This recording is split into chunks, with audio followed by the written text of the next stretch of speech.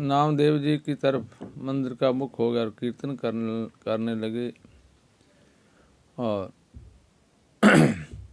भगवान की इस भक्त वत्सला को देखकर श्री नामदेव प्रभु के चरणों में पड़ गए। भगवान ने उठकर उन्हें हृदय से लगा लिया। कहीं वर्णन आया है कि मंदिर घुमाने में परम सुकुमार श्री पंडरीनाथ जी की कमर चमक गई। अतः प्रचार कराने के लिए परम भगत श्री रंका बांका जी के घर गए। वस्तुतः उनके ऊपर कृपा करने के लिए भगवान ने यह नाट्य रचा था। संजोग की बात है, उस समय श्री रंका बांका जी जंगल में लकड़ी लेने गए थे। घर पर उनकी भगवती बेटी थी। भगवान ने आकर पूछा, भगत जी कहाँ हैं? उनकी पुत्री ने कहा, लकड़ी लेने के लिए गए हैं। भगवान ने कहा, बेटी जल्दी से खाट बिछाओ, मैं लेटूं। तुम थोड़ा हल्दी गर्म करके मेरी कमर में सेक लगाओ और जल्दी से हलवा बनाकर मुझे खिलाओ। चोट में हलवा बड़ा फ़ायदा करता है। मुझे इस समय बड़ी तकलीफ़ है। पूछने पर प्रभु ने सब विवरण बताया। भक्तराज की कन्या बड़े मनोयोग से भगवान की सेवा में लग गई। उस समय प्रभु खाट पर पड़े पड़े कहरा रहे थे। उसी समय देवयोग से श्री नामदेव जी भी रंका जी से मिलने उनके घर गए। उन्हें कराने की बात सुनाई पड़ी। श्री नामदेव जी ने पूछा तो भगवती कन्या ने सब कथा कह सुनाई। श्री नामदेव जी का आना जानकर प्रभु चुप हो गए। श्री नामदेव जी को बहुत पश्चाताप हुआ कि मेरे लिए मेरे प्रभु को इतना कष्ट उठाना पड़ा। धन तो ये हैं रंका बंका और उनकी कन्या जो प्रभु की पीड़ा हर रहे हैं।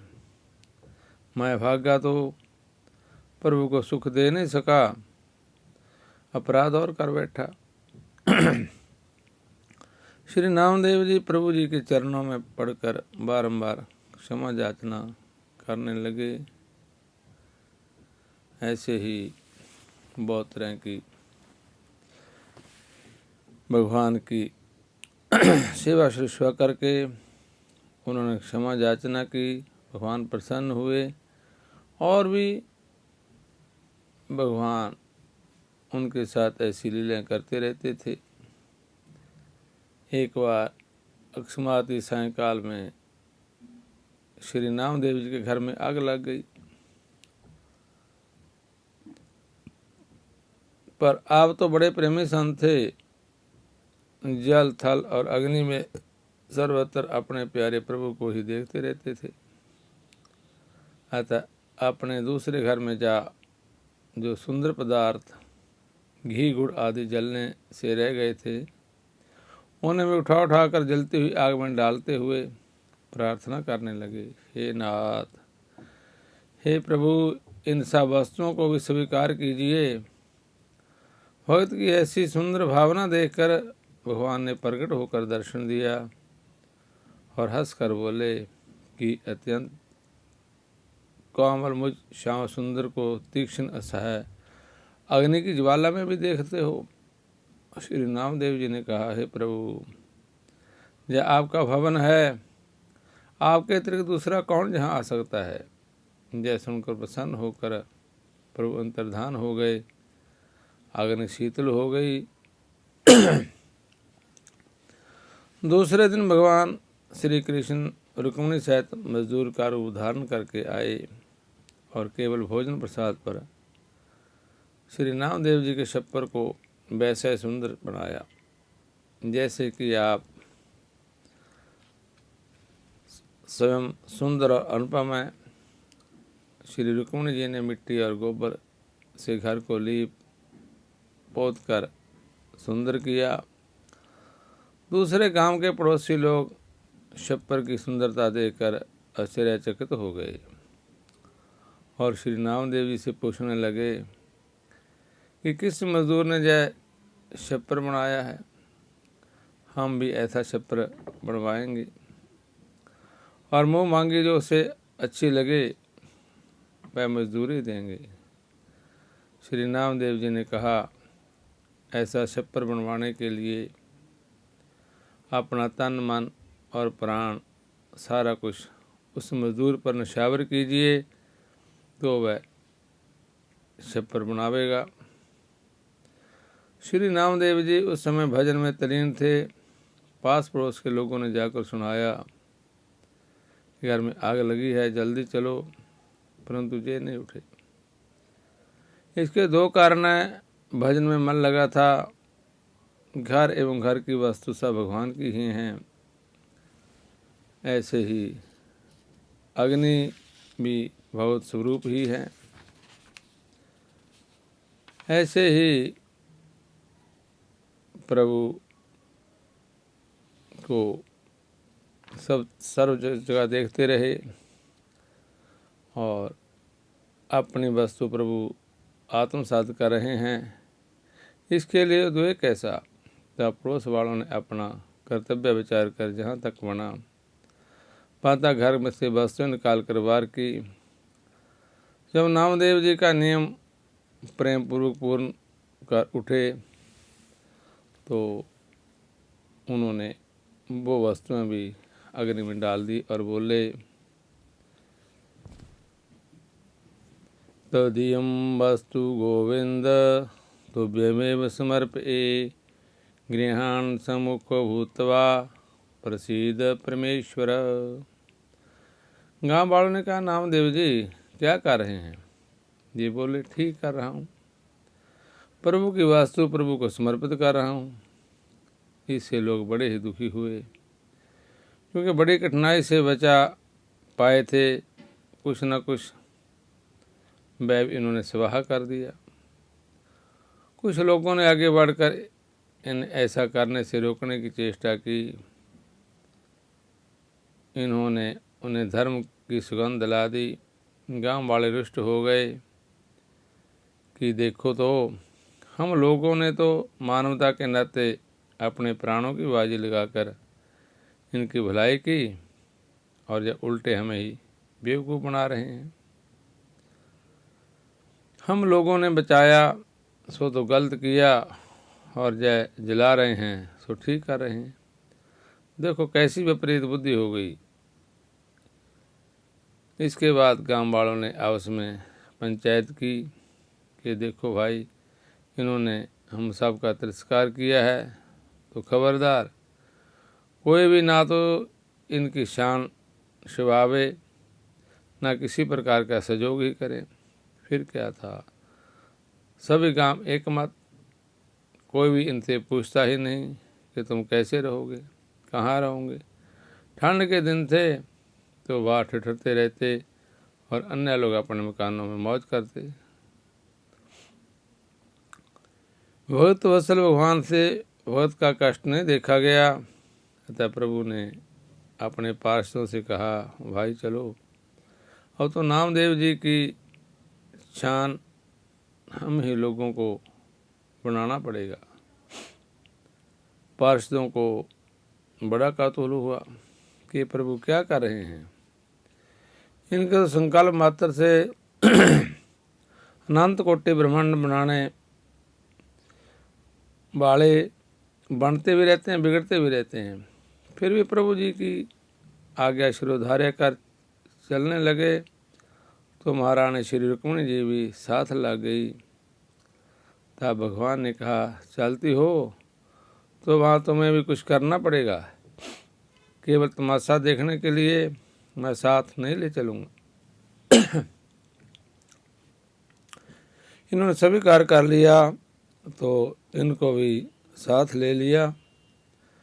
पार्षदों ने सब सामान एकत्रित किया, भगवान शिव पर बनाया चाहते। श्री रुक्मिणी जी नीचे से जरूरत की वस्तुएं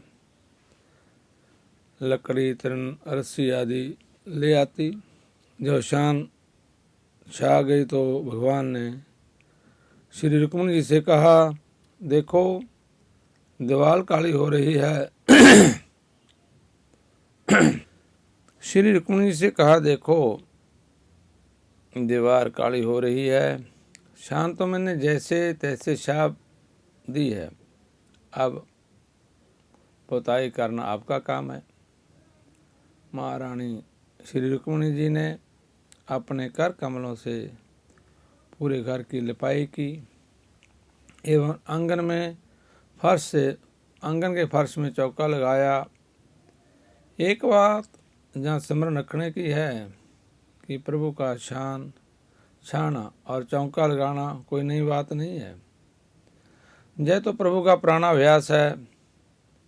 श्री रामावतार में वनवास काल में श्री राम लक्ष्मण जी ने अपने हाथ से कुटिया बनाई थी तथा गोदावरी के निकट प्रभु रहे पर्णग्रह शाही, और श्री जानकी जी ने बट वृक्ष के नीचे एक विशाल वेदी बनाई थी।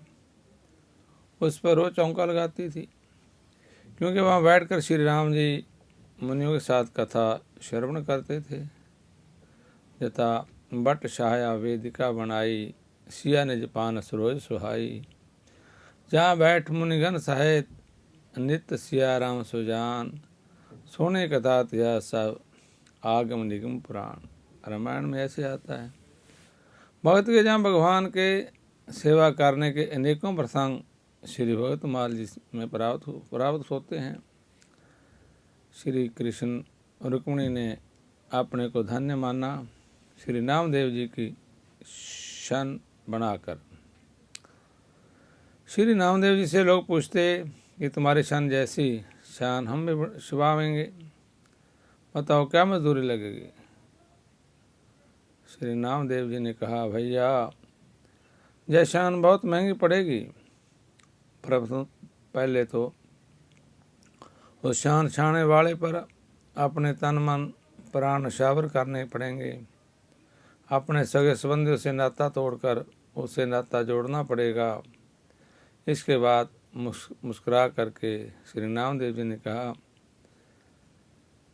अपने पहले वाले घर में आग लगानी होगी और जो कुछ भार धरा हो उसे भी अग्नि में स्वाहा करना होगा।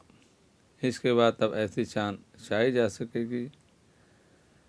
घर में आग लगाने का गूढ़ भाव यह है कि वैराग रूपी अग्नि से ममता को जलाना होगा। लोगों ने कहा, सचमुच नामा ऐसा करने से ऐसी शान छा जाएगी। श्री नामदेव जी ने कहा, बेशक इसमें क्या संदेह है। कुछ लोगों तो हिम्मत हार गए, घर फूकने का साहस नहीं हुआ, परंतु कुछ लोग विश्वास करके घर फूकने को तैयार हो गए। तब बड़े बुढ़ों ने समझाया कि पागल मत बनो, सबके भाग्य में यह नहीं है कि भगवान सबकी शान बनाते फिरें।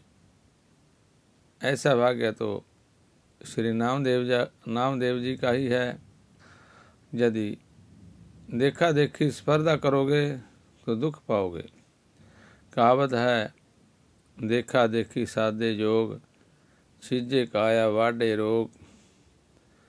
ऐसे ही नामदेव जी के बहुत प्रसंग और लीलाएं भगवान उनके साथ करते रहते थे। और नामदेव जी की प्रेम भक्ति का परिचय देने वाले अन्य चरित्र जो मूल नहीं आए हैं उन्हें सुनिए। इन भक्त चरित्रों को सुनकर जिनकी बुद्धि भक्त भगवान में नहीं पगी नहीं लगी, उसकी माता बंध्या क्यों ना हुई, अर्थात उसका जन्म व्यर्थ हुआ। पंढरपुर में एक बहुत बड़ा धनी सेठ रहता था। उसके जहाँ तुलादान का उत्सव हुआ। उसने अपने को सोने से तोलकर नगर के सभी ब्राह्मण साधु लोगों को सोना दिया। सेठ ने लोगों से पूछा, कोई रह तो नहीं गया? तब लोगों ने कहा, श्री नामदेव जी भगवान के बड़े प्रेमी संत हैं, वह रह गए हैं। सेठ जी ने कहा, उन्हें बुला कर लाओ। सेठ के नौकर मनी बुलाने गए। दान ब्राह्मणों को दो, हमें कुछ भी नहीं चाहिए, यह कहकर श्री नामदेव जी ने पहली और फिर दूसरी बार लोगों को वापस लौटा दिया, जाने से मना कर दिया। पर तीसरी बार अतिग्रह देखकर आप सेठ के घर आए और सेठ से बोले, तुम बड़े भाग्यशाली हो, कहो हमसे क्या कहते हो?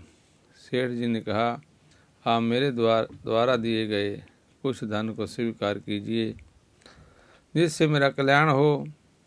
नामदेव जी ने कहा, तुम्हारा कल्याण तो हो गया, अब मुझे कुछ देने की आपकी प्रबल इच्छा है तो दीजिए।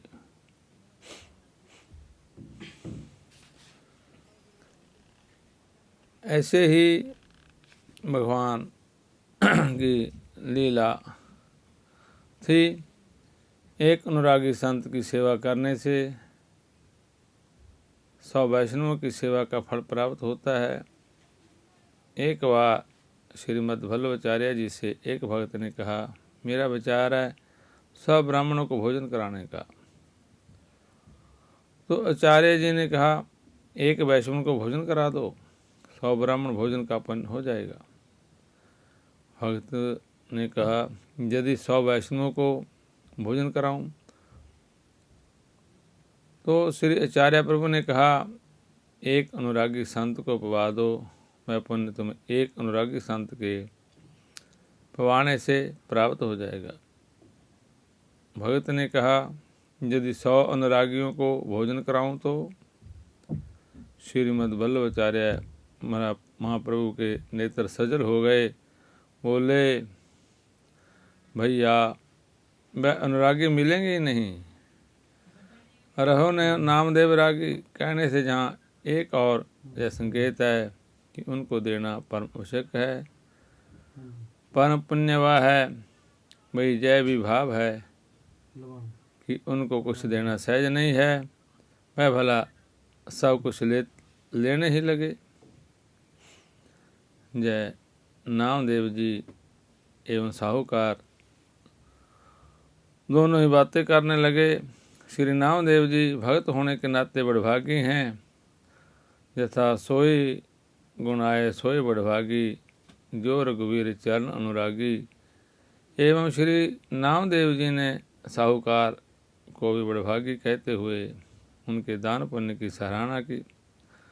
प्रशंसा सुनकर सेठ के मन में अपने पुण्य का भान हो गया। तब श्री नामदेव जी ने उसके विभान को दूर करने के लिए आगे की लीला की। श्री नामदेव जी का एकमात्र प्रिय सर्वस जो श्री तुलसी है, ऐसे श्री तुलसी के पत्ते में आधा राम नाम अर्थात केवल रा लिख कर उसे दिया और कहा, इसके बराबर तौल कर दे दीजिए। सेठ ने कहा, महाराज क्यों हंसी कराते हो? इतने थोड़े से सोने से क्या होगा? कृपा करके उसे अधिक लीजिए, जिससे मुझे दाता की हंसी ना हो। नामदेव जी ने कहा, इसके बराबर सोना तौल कर देखो तो सही, फिर देखो कि क्या विचित्र खेल होता है। यदि तुम इसके बराबर पूरा करके सोना दे दोगे तो मैं तुम पर बहुत ही प्रसन्न होता हूँ। यह सुनकर सेठ जी एक तौलने का कांटा ले आए और एक और तुलसी पत्र और तथा दूसरी ओर सोना चढ़ाया। उस समय बड़ा विचित्र आश्चर्य हुआ। सोने का ढेला तुलसी पत्थर के बराबर नहीं हुआ। सेठ जी उदास हो गए। जिसने 5-7 मन तोला जा सके ऐसा बड़ा तराजू मंगवाया, उस पर एक और तुलसी पत्थर, दूसरी ओर घर भर का संपूर्ण सोना चांदी आदि धन रखा। पूरा ना पड़ने पर याति कुटुंब वालों के घर से ला लाकर बहुत सा धन रखा, परंतु वह सब तुलसी पत्र के बराबर नहीं हुआ। श्री तुलसी जी भगवान को अत्यंत प्रिय हैं, यथा राम ही प्रिय पावने तुलसी सी, रामायण में ऐसा आता है। श्री ब्रज देवियों ने श्री तुलसी जी को श्री गोविंद चरण प्रिय कहा है, यथा कह तुलसी कल्याणी गोविंद चरण प्रिय, भगवत पुराण में ऐसा आता है। इसी कारण से श्री तुलसी जी भगतों की भी सर्वस्वरूपा है। जासो तो दीजिए, साहूकार ने सबको तो तुला दान का सोना जथा योग्य बांटा, परंतु इनसे कहा कि आप जितना कहें उतना दो। इन्होंने कहा कि अच्छा तो दे दो, ये तुलसी दल के बराबर। प्रयास करो, यह भाव है कि आप सागर के सीकर बिंदु कणों का दान मांग रहे हो, यहाँ सागर का अपमान है, प्रयास है। जय सेठ जी की बात है। सेठ ने कहा मुझे देखकर, मेरी संपत्ति को देखकर, अर्थात मैं कोई दीनहीन कंगाल थोड़े ही हूँ जो आप इतना कम मांग रहे हैं। तथा जय श्री नामदेव जी का भी कथन है, देखो कैसा कौतुक होता है। अभी पता चल जाता है कि कौन सागर है कौन सीकर। सेठ जी ने छोटी तराजू मंगाई थी पहले, तो बाद में काम नहीं चला तो उसने बड़ा तराजू मंगाया जिसमें 5-7 सेर तोला जाता है, परंतु जब उससे ही पूरा नहीं पड़ा तो बड़ा कांटा मंगवाया जिस पर बोरे तोले जाते हैं।